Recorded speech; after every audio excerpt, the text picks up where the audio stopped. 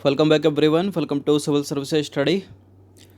UPPSC के लिए test number 107 लगाते हैं। 106 टेस्ट इसके कंप्लीट हो गए ऑलरेडी। उसका लिंक डिस्क्रिप्शन बॉक्स में मिल जाएगा आपको।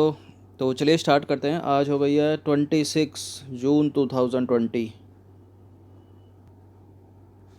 तो क्वेश्चन नंबर 1 है, निम्नलिखित में किसका उल्लेख संविधान में किया गया है? ग्राम सभा, परिसीमन आयोग, जिला योजना समिति। बताइए किस किस का उल्लेख है जो भारतीय संविधान में किया गया है। देखिए, ग्राम सभा का तो है, जिला योजना समिति का भी है, परिसीमन आयोग का नहीं है। तो इसका आंसर क्या हो जाएगा? 1 और 3 हो जाएगा, ऑप्शन नंबर सी हो जाएगा। और परिसीमन आयोग से रिलेटेड एक खास बात, इसके द्वारा दिए गए निर्णय को भारत के किसी भी न्यायालय में चुनौती नहीं दी जा सकती, याद रखिएगा। तो देखिए, संविधान के अनुच्छेद 243 में 243 के अंतर्गत ग्राम सभा का अर्थ है गांव के स्तर पर पंचायत के क्षेत्र में शामिल गांव से संबंधित मतदाता सूची में पंजीकृत व्यक्तियों का एक निकाय। संविधान में जिला योजना समिति का भी उल्लेख किया गया है, परंतु परिसीमन आयोग का उल्लेख संविधान में नहीं किया गया है। ये केंद्र सरकार द्वारा स्थापित एक लीगल बॉडी है, मतलब वैधानिक निकाय है परिसीमन आयोग। क्वेश्चन नंबर 2 पर आ जाइए। भारतीय स्वतंत्रता अधिनियम 1947 से रिलेटेड कुछ स्टेटमेंट है यहाँ पर, और बताना कि इनमें से कौन सा सही है। तो पहला स्टेटमेंट है, इसके द्वारा वायसराय की पद को समाप्त कर दिया गया और ब्रिटिश संसद के परामर्श पर प्रत्येक डोमिनियन के लिए एक गवर्नर जनरल की नियुक्ति का प्रावधान किया गया, ब्रिटिश संसद के परामर्श पर। दूसरा देखते हैं, देसी रियासतों को भारत या पाकिस्तान में किसी भी डोमिनियन में शामिल होने की स्वतंत्रता दी, परंतु उन्हें स्वतंत्र रहने की अनुमति नहीं दी। अगला देखते हैं, राज्य सचिव के पद को बने रहने दिया गया तथा उसे राष्ट्रमंडल मामलों के राज्य सचिव की अतिरिक्त शक्ति प्रदान की गई। कौन सा सही है इनमें? भारतीय स्वतंत्रता अधिनियम 1947 के संदर्भ में ये सारे के सारे गलत हैं। पहला भी गलत है, दूसरा भी गलत है और ये तीसरा भी गलत है। तो इसका आंसर जो हो जाएगा ना, ऑप्शन नंबर डी हो जाएगा, उपरोक्त में से कोई नहीं। तो सही क्या है फिर? देखिए, सही है, यह अधिनियम वायसराय के पद की समाप्ति करता है, समाप्ति तो करता है, तथा प्रत्येक डोमिनियन के लिए ब्रिटिश राजा द्वारा रियासत के मंत्रिमंडल की सलाह पर एक गवर्नर जनरल की नियुक्ति करने की व्यवस्था की गई। तो ब्रिटिश राजा द्वारा रियासत के मंत्रिमंडल की सलाह पर, ध्यान दीजिएगा, ब्रिटिश, यहाँ लिखा ब्रिटिश संसद के परामर्श पर प्रत्येक डोमिनियन के लिए, तो ब्रिटिश संसद के परामर्श पर नहीं, ब्रिटिश राजा द्वारा रियासत के मंत्रिमंडल की सलाह पर। ब्रिटिश राजा द्वारा रियासत में एक मंत्रिमंडल बनाया गया, उसकी सलाह पर गवर्नर जनरल की नियुक्ति करने की व्यवस्था करता है ये प्रावधान, ये अधिनियम। अब देखिए, यह अधिनियम भारतीय रियासतों को भारतीय डोमिनियन में रहने या पाकिस्तान जाने या स्वतंत्र रहने की आज़ादी देता है। यहाँ जो सेकंड वाला ऑप्शन है ना कि स्वतंत्र रहने की अनुमति नहीं देता हो, तो गलत है। स्वतंत्र रहने की अनुमति देता है, या तो भारत में रहो या पाकिस्तान रहो या स्वतंत्र रहो। अब देखिए, यह अधिनियम भारत के राज्य सचिव के पद की समाप्ति करता है तथा उसके कार्यों को राष्ट्रमंडल मामलों के राज्य सचिव को स्थानांतरित करता है। भारत के राज्य सचिव के पद की समाप्ति करता है। यहाँ लिखा था राज्य सचिव के पद को बने रहना देता है, तो राज्य सचिव के पद की समाप्ति करता है, गलत है। और तथा उसके कार्यों को राष्ट्रमंडल मामलों के राज्य सचिव को स्थानांतरित करता है। क्वेश्चन नंबर 3 पर आ जाइए। निम्नलिखित कथनों पर विचार करना। 2 स्टेटमेंट है यहाँ पर, बताना कि इनमें से कौन सा करेक्ट है। पहला स्टेटमेंट है, किसी विधेयक के अधिनियम बनने से पहले प्रधानमंत्री को उस पर हस्ताक्षर करने होते हैं और एक मनोनीत सदस्य भी मंत्री बन सकता है क्या? देखिए, पहली बात तो यह, किसी विधेयक को अगर अधिनियम बनाना है तो उस पर राष्ट्रपति के हस्ताक्षर होंगे, प्रधानमंत्री के नहीं। बिल्कुल, एक मनोनीत सदस्य भी मंत्री बन सकता है, तो केवल दूसरा वाला करेक्ट हो जाएगा यहाँ पर। तो देखिए, प्रत्येक विधेयक के संसद के दोनों सदनों या तो अलग अलग या फिर संयुक्त बैठक में पारित होने के बाद राष्ट्रपति को उसकी सहमति के लिए प्रस्तुत किया जाता है। यदि राष्ट्रपति विधेयक को अपनी सहमति दे देते हैं तो वह विधेयक एक अधिनियम बन जाता है। राज्यसभा और लोकसभा का कोई नामांकित या मनोनीत सदस्य मंत्री बन सकता है। क्वेश्चन नंबर 4 पर आ जाइए। 2 स्टेटमेंट है यहाँ पर, बताना कि इनमें से कौन सा असत्य है इस बार। राज्यपाल का वेतन भारत की संचित निधि पर भारित होता है। अनुच्छेद 356 के अंतर्गत राज्यपाल मुख्यमंत्री की सलाह पर राष्ट्रपति शासन लगाने की सिफारिश करता है। देखिए, माना कि राज्य का राज्यपाल राज्य के अंदर सेंट्रल गवर्नमेंट का प्रतिनिधि है, लेकिन जो उसको वेतन भत्ता मिलेगा ना, वो राज्य की संचित निधि से मिलेगा, भारत की संचित निधि से नहीं। गलत है पहला वाला स्टेटमेंट।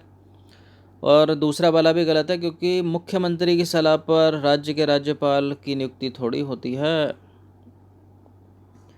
वो तो केंद्र सरकार का प्रतिनिधि है। गलत है दोनों के दोनों स्टेटमेंट। तो गलत पूछा है ना, तो दोनों के दोनों गलत ना, तब सी हो जाएगा इसका आंसर। तो देखिए, उपरोक्त दोनों के दोनों जो हैं इनकरेक्ट हैं। राज्यपाल के वेतन भत्ते राज्य की संचित निधि से दिए जाते हैं, भारत की संचित निधि पर नहीं, और राष्ट्रपति के होते हैं। अब देखिए, राष्ट्रपति शासन की अनुशंसा करने में मुख्यमंत्री की कोई भूमिका नहीं होती। यदि राज्यपाल संतुष्ट हो जाता है कि राज्य का शासन भारत के संविधान के प्रावधानों के अनुरूप नहीं किया जा रहा है, तो वह राष्ट्रपति से राज्य में अनुच्छेद 356 के अंतर्गत राष्ट्रपति शासन लागू करने की अनुशंसा करता है। क्वेश्चन नंबर 5 पर आ जाइए। भारत के उपराष्ट्रपति से रिलेटेड कुछ स्टेटमेंट है यहाँ पर। पहला स्टेटमेंट है, उपराष्ट्रपति राष्ट्रपति के प्रसादपयंत्र पद पर बना रहता है।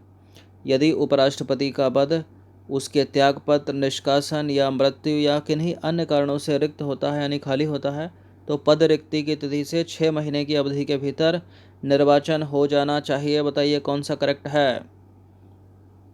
देखिए, राष्ट्रपति होता क्या है, राज्यसभा का सभापति होता है ना, राष्ट्रपति, उपराष्ट्रपति राज्यसभा का सभापति होता है ना। अब उपराष्ट्रपति जो है वो राष्ट्रपति के प्रसादपयंत्र थोड़ी है। राष्ट्रपति के प्रसादपयंत्र तो राज्य का राज्यपाल है, प्रधानमंत्री है, और केंद्र के मंत्रीगण हैं, और अटॉर्नी जनरल है, यानी भारत का महान्यायवादी, ये राष्ट्रपति के प्रसादपयंत्र। उपराष्ट्रपति राष्ट्रपति के प्रसादपयंत्र थोड़ी है। उपराष्ट्रपति का चुनाव तो कैसे होता है, जो राज्यसभा के सदस्य होते हैं उनसे मिलकर होता है ना, और हटेगा भी उन्हीं के द्वारा, जो पूर्ण बहुमत वो देंगे अपना, तभी हटेगा ये।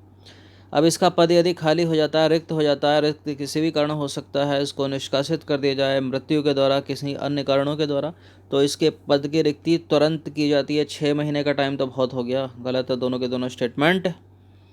तो इसका आंसर हो जाएगा ऑप्शन नंबर डी, उपरोक्त में से कोई भी सही नहीं है। तो देखिए, इस भारतीय संविधान के अनुच्छेद 67 के अनुसार भारत के उपराष्ट्रपति का पद 5 वर्ष की अवधि के लिए होता है। भारत के उपराष्ट्रपति को उसके पद से तब हटाया जा सकता है जब राज्यसभा के सभी सदस्य द्वारा पूर्ण बहुमत से इस आशय का प्रस्ताव पारित किया जाए तथा लोकसभा द्वारा इस पर सहमति व्यक्त की जाए।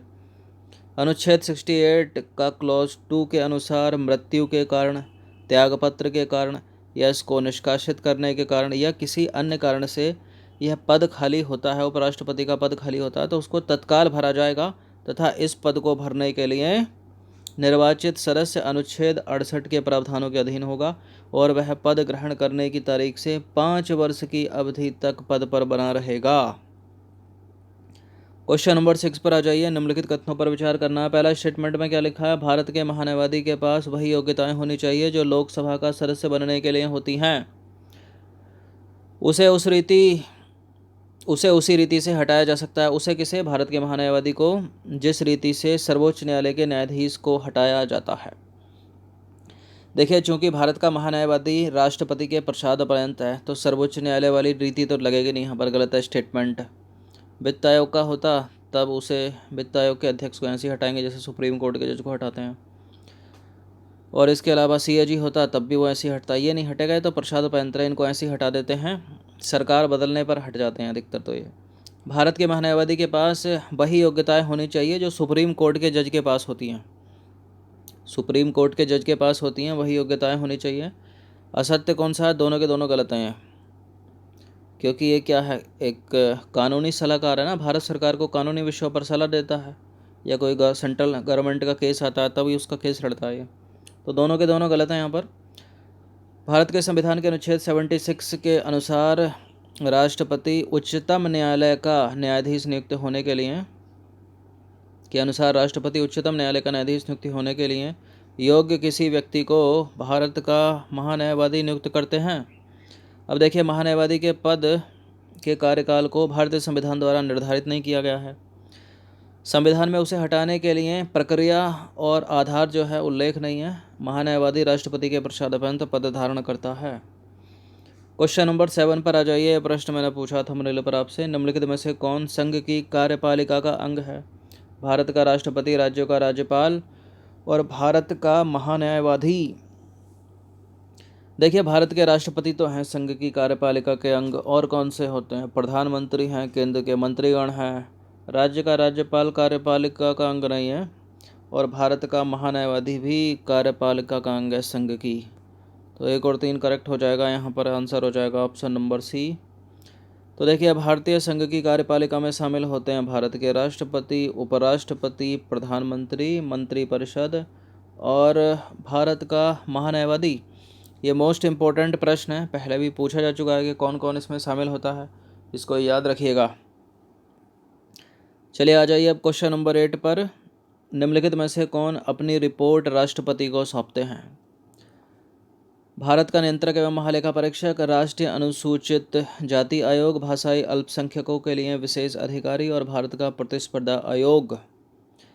देखिए, भारतीय संविधान में जितनी भी कॉन्स्टिट्यूशनल बॉडी हैं, सबकी सब अपनी जो रिपोर्ट होती है, चाहे उनकी वार्षिक, अधिकतर वार्षिक ही होती है, जो उन्होंने अमेंड किया, फेरबदल किया, या 6 महीने में अगर देनी हो किसी को, या 2 साल में देनी हो, वो सबके सब राष्ट्रपति को सौंपते हैं।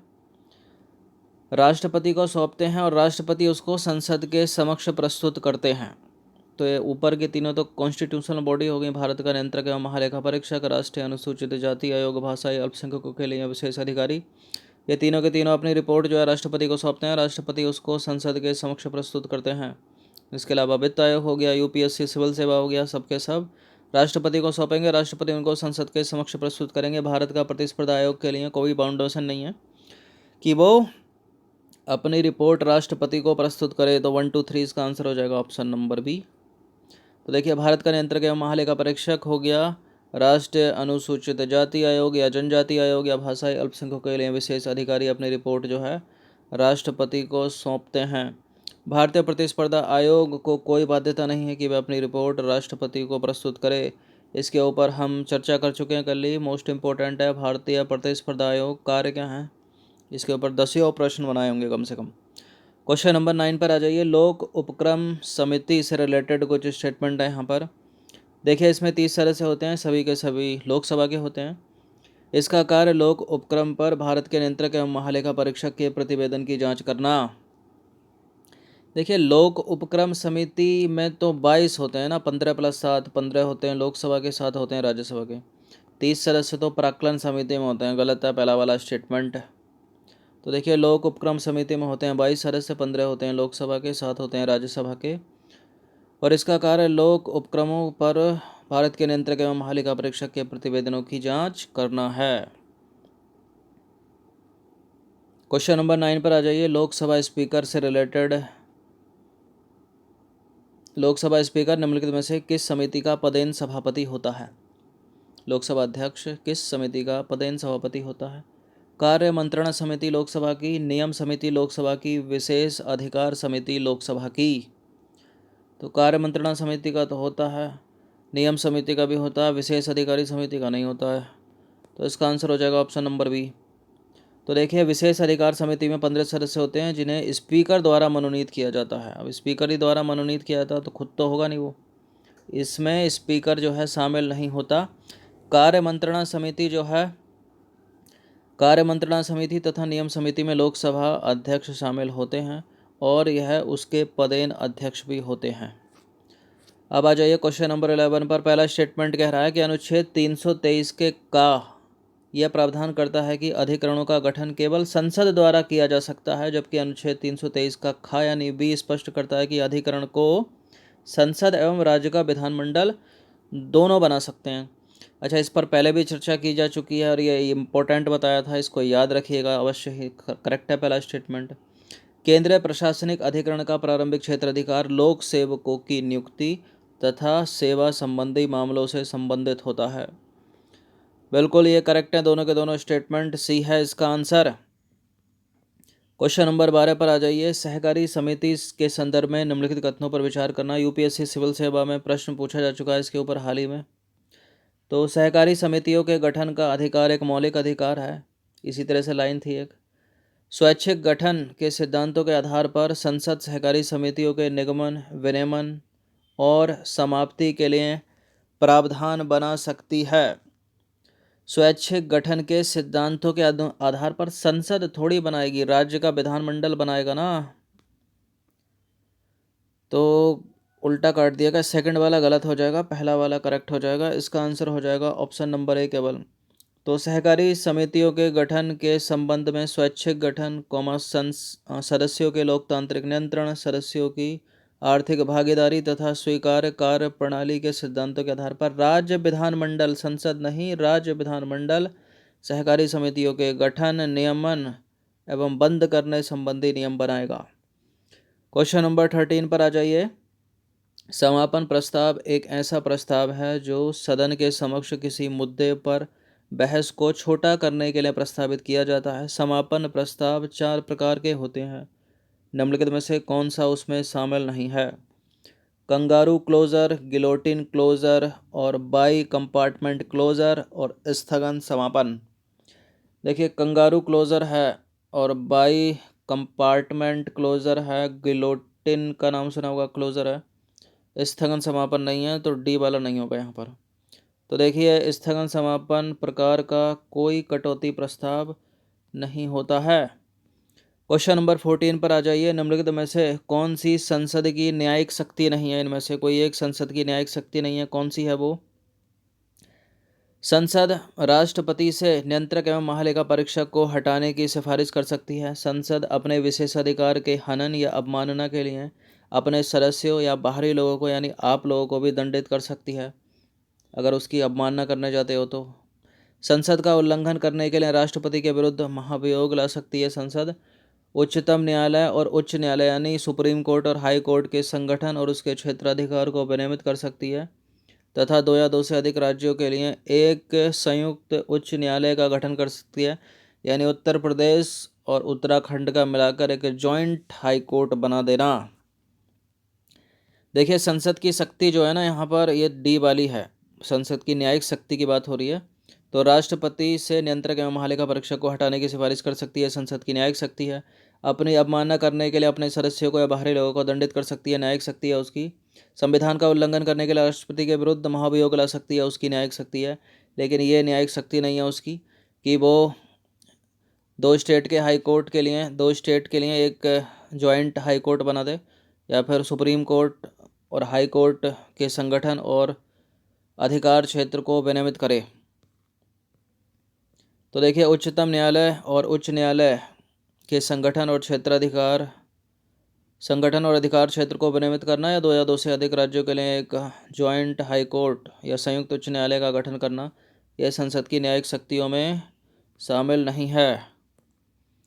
अब आ जाइए क्वेश्चन नंबर 15, अंतिम प्रश्न है ये। कोई भी नई अखिल भारतीय सेवा किसके द्वारा सृजित की जा सकती है? ये मोस्ट इम्पोर्टेंट है प्रश्न, और जो इसका उत्तर होगा वो करता है संघीय और परिसंघीय विशेषता की अवधारणा। तो देखिए, राज्यसभा के प्रस्ताव द्वारा, केवल राज्यसभा जो है अखिल भारतीय सेवाओं को सृजित करती है, और ये एक परिसंघीय विशेषता है, एकात्मक। तो देखिए, संविधान का अनुच्छेद 312 राज्यसभा के प्रस्ताव के आधार पर नई अखिल भारतीय सेवा सृजित करने संबंध में संसद को जो है अधिकृत करता है। ये मोस्ट इंपॉर्टेंट है अनुच्छेद, बहुत पूछते हैं इसको। 312 में क्या है? यह अखिल भारतीय सेवाओं पर कानून बनाने की शक्ति, अखिल भारतीय सेवाओं को सृजित करने की शक्ति किसके पास है? तो केवल राज्यसभा के पास है, केवल राज्यसभा। तो 15 प्रश्न थे इंपॉर्टेंट, अच्छे से इसका रिवीजन कर लीजिएगा 1 से 2 बार। धन्यवाद। इस पूरी की पूरी टेस्ट सीरीज़ की प्लेलिस्ट का लिंक डिस्क्रिप्शन बॉक्स में मिल जाएगा, वहाँ पर आप टेस्ट नंबर 1 से लेकर ये कौन सा था 1098 जो भी था वहाँ तक पहुँच सकते हो। सबका कंटिन्यूसली रिवीजन करते रहिए इस सेमी लॉकडाउन के पीरियड में।